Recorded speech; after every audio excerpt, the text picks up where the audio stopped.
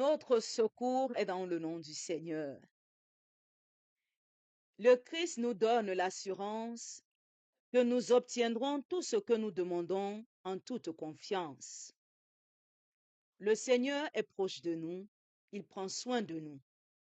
C'est un message d'espérance et de paix pour tous les croyants, car ils sont en paix dans le Seigneur. Le Seigneur est le refuge de ceux qui mettent leur foi en lui. Il ne déçoit pas les attentes de ses serviteurs, il ne les fait pas attendre, mais il les comble au-delà de leurs désirs. Le Seigneur nous assure que nous serons toujours exaucés. Fort de cette assurance, il nous faut attendre en silence le secours et la miséricorde de Dieu. Frères et sœurs bien-aimés, rendons grâce à Dieu pour ce nouveau jour où il nous témoigne encore son amour. Dieu nous écoute toujours quand nous crions vers lui. Il vient à notre secours sans tarder et sans nous faire attendre. Mais il nous faut mettre toute notre confiance en lui et attendre de lui seul le secours que nous espérons. Il est bien question pour nous de nous tourner vers le Seigneur, seul, pour toutes nos préoccupations. Nous ne pouvons pas nous confier au Seigneur en même temps que nous nous attachons aux sécurités hasardeuses du monde. Notre challenge est de mettre notre foi dans le Seigneur, même quand tout va mal, car du fond de notre angoisse, Dieu nous délivrera. Le Seigneur nous recommande de faire aux autres ce que nous souhaiterions qu'on fasse pour nous. Ainsi, porterions-nous son salut à nos frères. Il s'agit en fin de compte de pratiquer les œuvres de miséricorde qui réconfortent nos frères. Il nous faut secourir nos frères et sœurs en détresse pour leur communiquer la tendresse de Dieu. Comme Dieu envers nous, nous devons donner les bonnes choses à ceux qui nous les demandent. Travailler à l'épanouissement de tous. De tout cœur, mettons toute notre confiance dans le Seigneur et attendons de lui notre secours dans la vérité et dans l'amour. Prions. Dieu notre Père, tu accordes largement tes grâces à tous ceux qui t'appellent avec foi. Délivre-nous de l'attachement aux sécurités hasardeuses du monde, afin que nous sachions nous tourner vers toi en tout temps pour demander et obtenir le secours. Par Jésus le Christ notre Seigneur. Amen. Loué soit Jésus-Christ à jamais. Hier, le Seigneur nous appelait à la conversion, à changer nos mauvaises habitudes. Aujourd'hui, le Seigneur te dit, ce que tu veux qu'on fasse pour toi, il faut que tu le fasses aussi pour ton frère qui est à côté de toi. Le Seigneur t'appelle à l'ouverture. Toi qui as accepté de changer et qui est déjà dans ce changement, qui a pu goûter à l'expérience de la miséricorde de Dieu ou de l'amour de Dieu, le Seigneur t'appelle au partage. Regarde autour de toi. Il y a sûrement quelqu'un qui est en train de te demander. Il y a sûrement quelqu'un qui est en train de chercher. Il y a sûrement quelqu'un qui est en train de frapper à ta porte. Il faut que tu ouvres, que tu l'aides à chercher et à trouver, et surtout que tu lui donnes. On ne parle pas d'ici du matériel, mais de la foi de Dieu. Dans ce temps de carême, ce que tu as reçu, la lumière que tu as reçue, partage-le avec celui qui est auprès de toi. Mais on a un grand challenge. On se pose souvent la question de savoir, comme nous l'a dit le Notre Père, il faut faire dans la priorité. Quelle est la volonté de Dieu dans tout cela? Est-ce que Dieu veut que je fasse vraiment ça? Est-ce que Dieu veut vraiment que j'ouvre la porte? Est-ce que Dieu veut vraiment que je donne? Est-ce que Dieu veut vraiment que je trouve? Est-ce que c'est vraiment la bonne décision? Est-ce que c'est vraiment ce chemin que je dois prendre? Est-ce que c'est moi qui dois aider ce frère? Est-ce que, on est dans le doute, on hésite, on ne sait pas trop s'il faut le faire ou pas. Est-ce que c'est pas trop? Est-ce que c'est pas sympathiser avec le mal? Est-ce que on doute? On a souvent 36 000 questions et c'est souvent là où tout coince. Parce que dans la priorité des choses, c'est vrai, on demande, mais il faut faire la volonté de Dieu. C'est ça qui est prioritaire. Est-ce que la volonté de Dieu, c'est que je donne telle chose? Est-ce que c'est la volonté de Dieu que je frappe à telle porte? Est-ce que c'est la volonté de Dieu que j'ouvre à telle personne? On cherche les signes. Seigneur, si c'est vraiment ça, fait en sorte que je croise un taxi jaune. On s'est souvent posé, dit ça. Faut dire la vérité. Seigneur, si c'est vraiment ce que je dois faire, fais en sorte que le soleil sorte. Seigneur, fais en sorte que je croise quelqu'un qui me sourit. Parce qu'on cherche le signe pour savoir est-ce que c'est vraiment ce qu'il faut faire. Dans un premier temps, on doit savoir que ce qu'on fait là, c'est bien et c'est agréable à Dieu. Vous vous demandez pourquoi? Parce que ça veut dire qu'on se soucie de la volonté de Dieu. On craint Dieu. On a peur de faire mal. On a peur de se tromper. On a peur d'offenser notre Dieu. Parfois, nos doutes ne sont pas de mauvais doutes. Nos inquiétudes ne sont pas toujours tournées vers le mauvais. Ce n'est pas toujours une mauvaise chose de douter ou une mauvaise chose de s'inquiéter. Parfois, c'est la crainte de Dieu qui nous met dans cet état parce que on ne veut pas offenser Dieu, on ne veut pas le décevoir. On veut que ce qu'on fait, Dieu l'acclame, Dieu soit content de nous, Dieu soit fier de nous. Ça, c'est ceux qui tiennent compte de la parole de Dieu et qui ont véritablement la crainte de Dieu. Eux, là, ils doutent, ils disent, ah, je peux faire ceci, et puis le Seigneur se fâche contre moi. Est-ce que c'est vraiment ce que le Seigneur veut de moi? Seigneur, si c'est vraiment ce que tu veux de moi, fais que je croise ceci ou que quelque chose se passe. On cherche le signe. D'une autre manière, aussi, ce n'est pas bon. Parce que si tu connais Dieu, ça veut dire que tu connais sa volonté pour toi. Dieu n'a pas 36 volontés pour l'homme. Il n'a pas 28 volontés pour l'homme. Il n'a qu'une seule volonté pour l'homme, sa sainteté. Dieu n'a pas créé l'homme pour la mort. Il a créé l'homme pour la vie. Donc sa volonté, c'est que nous ayons la vie éternelle en mettant notre croyance et notre foi en Jésus, son Fils, qui est la vie éternelle. C'est la seule volonté que Dieu a pour nous. Le reste que nous avons autour là, Seigneur, je veux être riche, Seigneur, je veux la maison, ça c'est accessoire, ça c'est pour notre bien-être terrestre.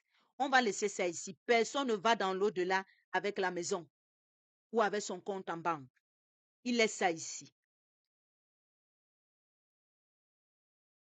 Donc la volonté de Dieu, l'unique volonté de Dieu, c'est que nous ayons la vie éternelle, c'est qu'il avait prévu pour nous depuis la conception de ce monde, avant que le mal ne s'installe dans ses affaires.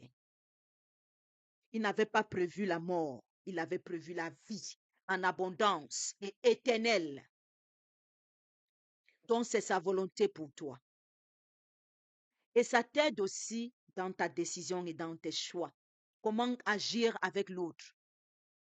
Si en frappant à une porte, c'est pour que ta gloire soit vue, pour que c'est toi seul qu'on voit, sache que tu es sur le mauvais chemin. Si en cherchant, c'est pour que tu ne trouves que ton intérêt, que toi, ton intérêt, sache que tu cherches au mauvais endroit, tu cherches la mauvaise chose.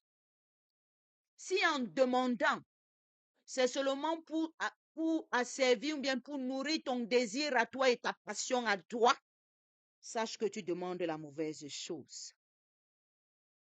Et si tu es dans le mauvais, tu ne pourras pas faire pour ton prochain ce que tu veux qu'on fasse pour toi. Tu vas faire l'opposé. Donc, dans ton demander, dans ta recherche et dans ton toc, toc, toc, Il faut qu'en priorité, ce soit la gloire de Dieu qui soit en avant et le bien-être du prochain. Quand tu as ces deux, sache que tu es sur le bon chemin. Ne t'inquiète pas des obstacles, ne panique pas des tempêtes. Marche avec confiance. Quand tu sais que tu reflètes la gloire de Dieu dans ce que tu fais et que ton prochain bénéficie de ce que tu fais, alors tu es sur le bon chemin. Si ce n'est pas le cas, tu es en train de frapper la mauvaise porte, tu es en train de chercher au mauvais endroit, tu es en train de faire la mauvaise demande. Et très souvent, on s'inquiète aussi quand on demande, on cherche et que Dieu est silencieux.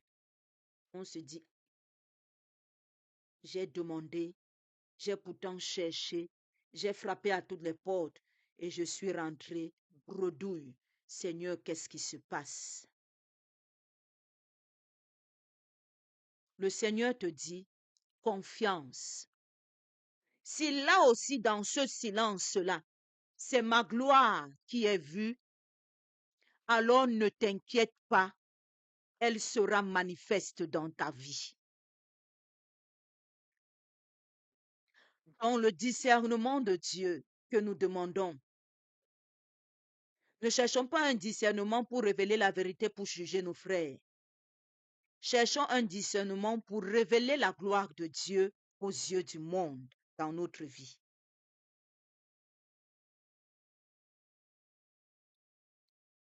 Dans le demander, chercher, trouver, ce n'est pas pour nourrir tes intérêts, mais c'est pour que la gloire de Dieu soit manifeste. Et ce que Dieu fait pour toi, tu dois le faire pour ton frère. Quand ton frère vient vers toi, comme Dieu t'a donné, c'est de la même manière que tu dois donner. Au lieu de dire, je ne peux pas te donner alors que tu en as. Au lieu de dire, je ne peux pas t'ouvrir, tu n'es pas digne de ma maison alors que tu as l'espace. Au lieu de dire, je ne peux pas t'aider à trouver alors que tu sais où trouver. Parce que ce que Dieu a fait pour toi, il veut que tu fasses la même chose pour ton frère et pour ta sœur. Nous devons travailler à l'épanouissement de tous. En ce temps de carême, je le disais hier, 2 aveugles ne peuvent pas marcher, ils vont tomber dans un trou. Si toi, tu as déjà retrouvé la vue, tu dois aider ton frère à retrouver cette vue-là. En reflétant la gloire de Dieu pour que la gloire de Dieu le touche aussi et le guérisse de son aveuglement. Mais si tu t'accapares, comme tu as vu, tu ne veux pas partager même ce que tu as, Dieu t'enlèvera cela. Donc, dans le demander, ce n'est pas toujours matériel. Ce n'est pas toujours quelque chose matériel. Dieu, dans te demander, il veut que tu fasses sa volonté dans la priorité.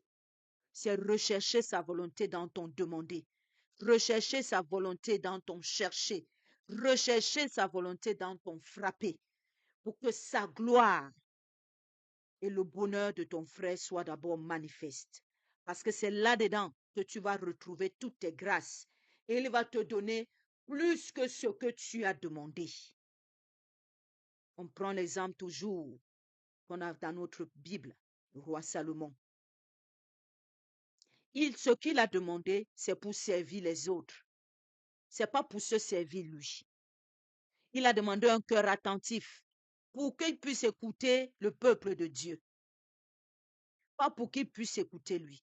Il a demandé le discernement pour pouvoir prendre les bonnes décisions pour diriger le peuple. Et Dieu lui a donné plus que ce qu'il a demandé. Les gens venaient frapper à sa porte, chercher des solutions, demander. Comme il avait le discernement et le cœur attentif, il a su faire refléter la gloire de Dieu dans leur vie par des bonnes décisions qui reflétaient Dieu. Par des bonnes décisions, comme ces 2 femmes qui discutaient un enfant nouveau-né. il a su faire ressortir la vérité par sa sagesse, cette sagesse que Dieu lui a donnée. Donc, en cherchant, en cognant, en frappant, en demandant, ne cherchons pas d'abord notre propre intérêt. Commençons par demander la volonté de Dieu. Seigneur, quelle est ta volonté? Et faisons tout pour que sa volonté et sa gloire soient d'abord manifestes avant la nôtre. Et on verra que le surplus en abondance nous sera donné. Et nous le voyons très bien dans la prière de Esther, qui demande le secours de Dieu, car elle est seule. Elle va devant un lion et elle demande à Dieu de mettre sur ses lèvres un langage harmonieux et de changer le cœur de ce lion. Elle ne lui demande pas la force pour bagarrer avec lui. Elle ne lui demande pas les armes pour aller le fouetter. Mais elle demande que Dieu agisse dans tout ce qu'elle aura à faire. Que ce soit Dieu, sa volonté à lui qui agisse dans tout ce qu'elle aura à faire. Pour qu'on puisse libérer son peuple. C'est ce que nous devons faire quand nous demandons, cherchons et que nous frappons aux portes. Et ce qu'on fait pour nous, nous devons faire pareil avec nos frères et sœurs. Que le Christ nous accompagne et nous aide à nous détacher de nos sécurités hasardeuses de ce monde. Cette sécurité, parfois, c'est aller chercher d'abord nos propres solutions chez les marabouts, au lieu de venir chercher nos solutions en priorité dans la volonté de Dieu, qui nous aide à nous détacher de cette sécurité parfois hasardeuse, de rechercher d'abord le pain quotidien de la nourriture, au lieu de rechercher le pain quotidien qui descend du ciel. Qu'il nous aide à nous détacher de ces sécurités hasardeuses et de nous tourner toujours vers lui pour tout demander et obtenir le secours rien que de lui et de lui seul. Loué soit Jésus-Christ à jamais. Bénissons le nom du Seigneur. Nous rendons grâce à Dieu. Amen.